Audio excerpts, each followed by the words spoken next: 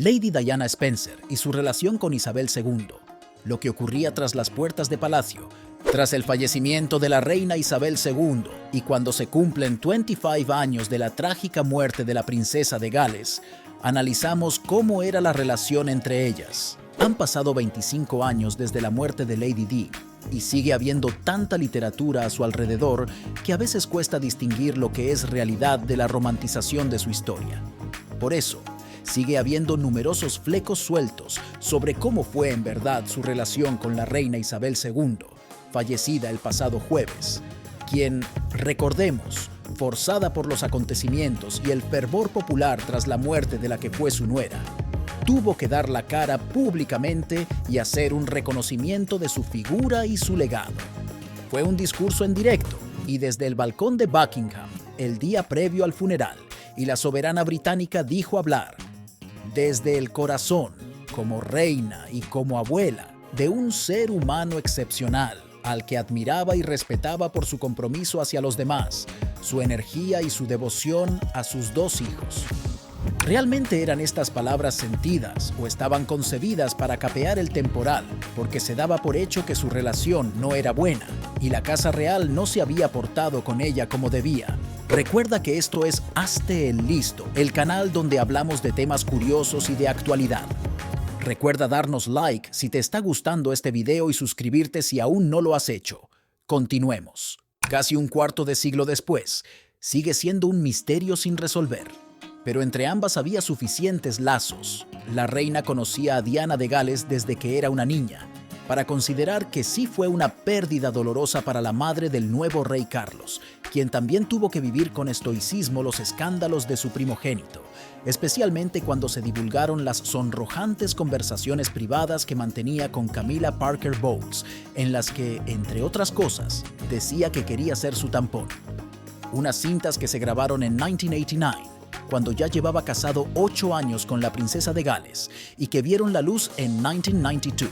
Ahora que tan de moda se ha puesto la palabra relato, debemos decir que en el momento de su muerte fue ella quien había logrado que se impusiera el suyo, por lo que Isabel II era mirada con suspicacia y recelo por parte de la opinión pública, que veía en Lady Diana Spencer a una víctima de su marido, de la institución e incluso de un complot para acabar con su vida. Teoría, por cierto, alimentada por Mohammed Al-Fayed, padre de su novio, Dodi, con quien falleció en el túnel del puente de Alma de París, y que algunos siguen sin desestimar por completo en la actualidad. Lady Di no era ni mucho menos una extraña cuando emparentó con los Windsor y cumplía con los cánones para convertirla en la protagonista de un cuento de hadas en el imaginario colectivo. Era una candidata más idónea, aparentemente, para ser la mujer del futuro rey del Reino Unido que Camilla Parker Bowles, divorciada y madre de 2 hijos, por lo que inicialmente contó con la aprobación de la soberana británica, aunque era consciente de las dificultades que entrañaba esta posición para una mujer de apenas 20 años, que solo tenía como experiencia haber trabajado en un jardín de infancia. La víspera de su boda, el 28 de julio de 1981, en la Catedral de San Pablo, la siempre recordada como la princesa del pueblo, recibió 2 joyas emblemáticas de la familia, enviadas por la propia reina Isabel: una tiara de perlas y diamantes y un collar de esmeraldas que habían pertenecido a la reina Mary, mujer del rey Jorge V.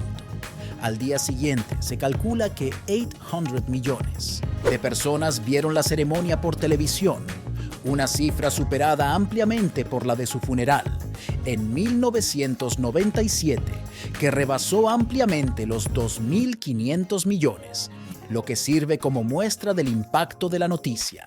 Frescura, naturalidad y aires nuevos eran unas cualidades que la reina Isabel II, que durante su longevo reinado demostró saberse adaptar a los tiempos en cada circunstancia con la que se ha encontrado, valoraba muy positivamente hasta que la situación se fue de las manos. 2 mujeres de carácter contradictorio habían aprendido a convivir y, al menos públicamente, Isabel II no intervino en los asuntos conyugales de su hijo. Sin embargo, la publicación en junio del 92 del libro de Andrew Morton, Diana, Her True Story, Diana, su verdadera historia, dinamitó el statu quo. En las páginas de este instantáneo bestseller se hacía un relato demoledor en el que Diana, que había participado activamente en él, aunque lo negaba, se presentaba como víctima de un marido ausente, también en el sentido figurado de la palabra, que incluso había intentado suicidarse. Al parecer, la reina y su marido, el duque de Edimburgo, no eran partidarios de que se separaran. Ellos mismos eran el claro ejemplo de la resiliencia marital. Siempre ha pesado la sombra de la infidelidad por parte de Felipe, aunque nunca se ha podido o querido demostrar. Pero la situación era insostenible, y el 9 de diciembre del 92, el primer ministro, John Major, la hizo oficial en la Cámara de los Comunes. Otro punto de inflexión determinante es la entrevista que emitió el 20 de noviembre del 95, el programa Panorama de la BBC, que puso en la picota a la monarquía británica delante de casi 23 millones de espectadores, lo que supuso la ruptura total con la que había sido su suegra, y hasta entonces no había sido desafiada de esa manera. Creo que hay mucha gente que no quiere que yo sea reina.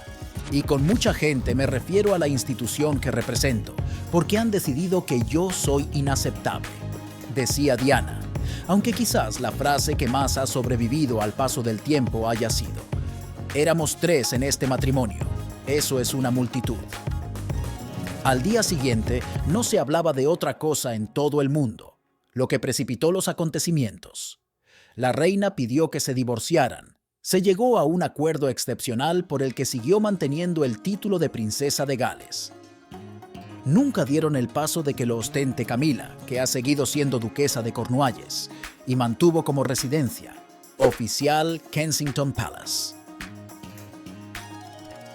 El resto ya es historia, y podríamos ponerle como banda sonora Candle in the Wind, la canción que interpretó su gran amigo Elton John en su histórico funeral, a la altura del personaje que fue y, todo parece indicar, seguirá siendo por muchos años que pasen. De la misma manera que sucederá ahora con la reina Isabel II, pues tras su muerte, el mundo entero llora su pérdida. Esto ha sido todo por hoy. Recuerda darnos like si te ha gustado este video y suscribirte si aún no lo has hecho. Haz clic en la campanita de notificación para no perderte nada.